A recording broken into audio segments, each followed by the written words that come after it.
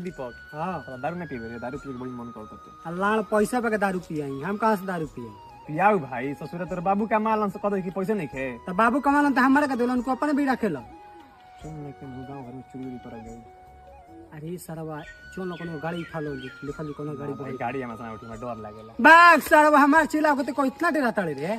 चल कहां कौन गाड़ी उठावे के? चल ना देखल लियो ने आगा। फसल तो तोरे के नाम दे। हां चल दीपक ते गाय गाय लो, की कोन गाड़ी रे? कोनो खोकलान उठाए के बचल त। चल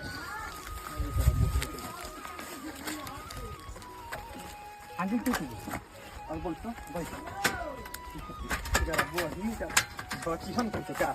हां तो किक मार दे।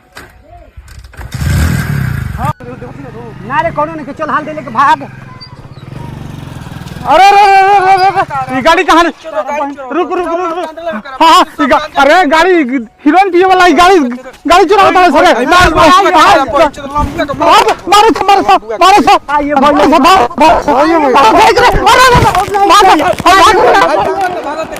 भाई